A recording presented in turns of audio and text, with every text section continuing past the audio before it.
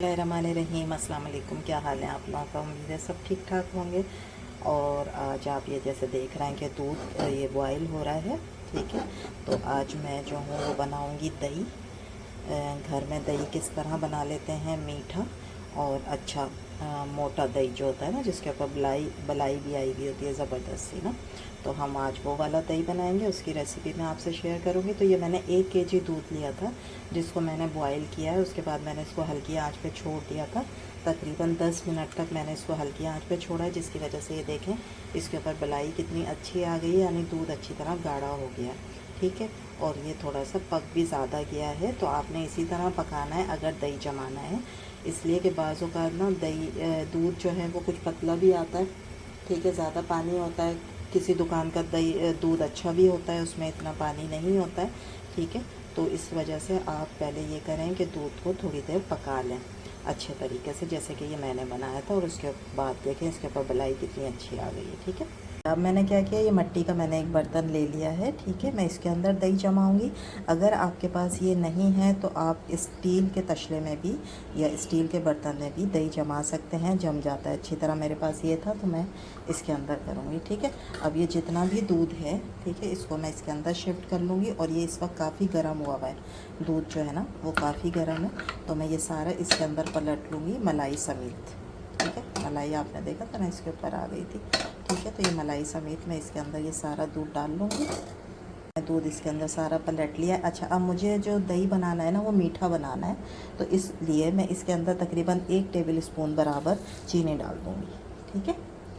चीनी डालने के बाद अब हमने क्या करना है कि इस दूध को हमने इस तरीके से फेंटना है। इसमें शुगर भी मेल्ट हो जाएगी, ठीक है। और ये दूध में भी जो है वो अच्छा सा आप देखेंगे कि मलाई जो है ना, इस तरह फेंटने से जब दही जमेगा ना तो उसके ऊपर मलाई बहुत अच्छी आ जाएगी, ठीक है।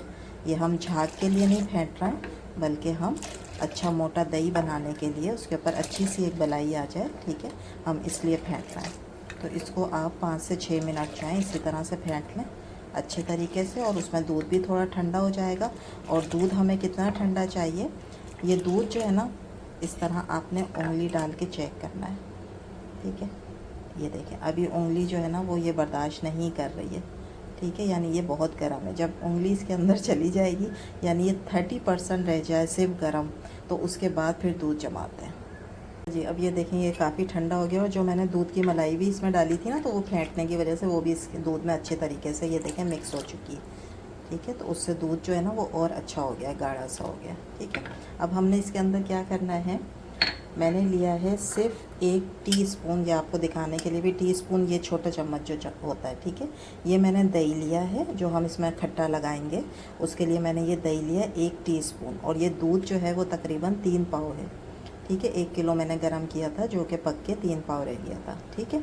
उसके लिए मैंने 1 टीस्पून लिया है ये दही। और ये फ्रिज में रखा हुआ दही नहीं लेना है, बल्कि जो बाहर रखा हुआ होता है ना, रूम टेम्परेचर का दही जो होता है वो लिया है। और उसके अंदर मैं क्या करूँगी कि जितना ये दही है 1 टीस्पून, इतना ही 1 टीस्पून मैंने पानी लिया है, ठीक है। बस ये हम इसके अंदर डाल के इसको हल्का सा मिक्स कर लेंगे, बस हल्का सा, ठीक है। ये मिक्स कर लिया। अब उसके बाद हमने क्या करना है कि ये हमने अब खट्टा लगाना है दूध के अंदर। अब दूध हमने चेक करना है कि ये हमारे ये फिंगर डालकर ये देखें, अब ये फिंगर जो है ना ये बर्दाश्त कर रही है इसको ना। तो ये तकरीबन 100 में से 30% अब गर्म रह गया है, 70% ये ठंडा हो चुका है। लेकिन 30% आपने गर्म रखना है, एकदम ठंडे में खट्टा नहीं लगाना है, फिर दही नहीं जमेगा, ठीक है। तो आपने इतना गर्म रखना है इसको। अब हम क्या करेंगे, ये आधा दही लेकर बस एक तरफ यहाँ डाल दें और एक तरफ यहाँ डाल दें, ठीक है। ये खुद सेट कर लेगा। उसके बाद जहाँ आपने डाला है उसको हल्का सा अपनी जगह हिला दें, ठीक है। और जो यहाँ डाला था उसको हिला दें, बस, ठीक है। अब ये खुद सेट हो जाएगा। बस अब हमने इसके ऊपर जो है इस तरह से कोई ढक्कन या प्लेट जो पूरी आ जाए, ठीक है, वो मैंने इसके ऊपर रख दिया। और इसके ऊपर आप एक किचन का जो कपड़ा होता है, ठीक है, धुला हुआ साफ़ सुथरा कपड़ा जो है वो इसके ऊपर रख दें। और उसके बाद इसके ऊपर रख दें वेट, ठीक है। कम से कम 6 घंटे, ज़्यादा से ज़्यादा 8 घंटे इसको हम रख देंगे किचन में, ठीक है, ये किचन में ही जम जाएगा। 8 घंटे से ज़्यादा आपने नहीं रखना है। 8 घंटे से ज़्यादा रखेंगे तो दही खट्टे की तरफ चला जाता है। ठीक है, हमें मीठा दही चाहिए और उसके लिए कम से कम टाइम जो है वो 6 घंटे है और ज़्यादा से ज़्यादा 8 घंटे। बस 8 घंटे बाद जो है वो हम इसको चेक करेंगे। ये देखें जनाब, हमारा दही जो है वो जम गया है। ये तकरीबन मैंने 7 घंटे बाद जो है वो निकाल लिया था। ठीक है, और ये देखें इसकी थिकनेस देखें और कितना मोटा और अच्छा दही जमा है और पानी बिल्कुल भी नहीं है। ठीक है, माशाल्लाह से ज़बरदस्त सा जो है वो दही जम गया। अब आप इस तरह घर में जो है वो दही जमा सकते हैं और इसी तरीके पे जमाएं। मीठा दही है, बिल्कुल भी खट्टा नहीं है। और ये मैं आपको इसकी थिकनेस दिखाती हूँ काट के। ये देखें,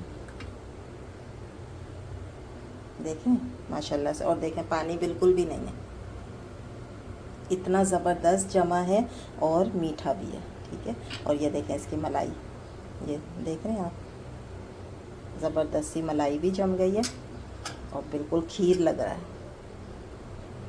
ठीक है, उम्मीद है आप लोगों को ये रेसिपी अच्छी लगी होगी। अच्छी लगी है तो लाइक करें, शेयर करें, सब्सक्राइब करें। इंशाल्लाह फिर मैं आपके लिए और अच्छी रेसिपी लेकर आऊँगी। इसके बहुत सारे फ़ायदे हैं। अब आपको बाहर से ख़रीदने की ज़रूरत नहीं है। आपने ख़ुद एक अच्छे तरीके से, साफ़ सुथरे तरीके से घर में दही जमा सकती हैं।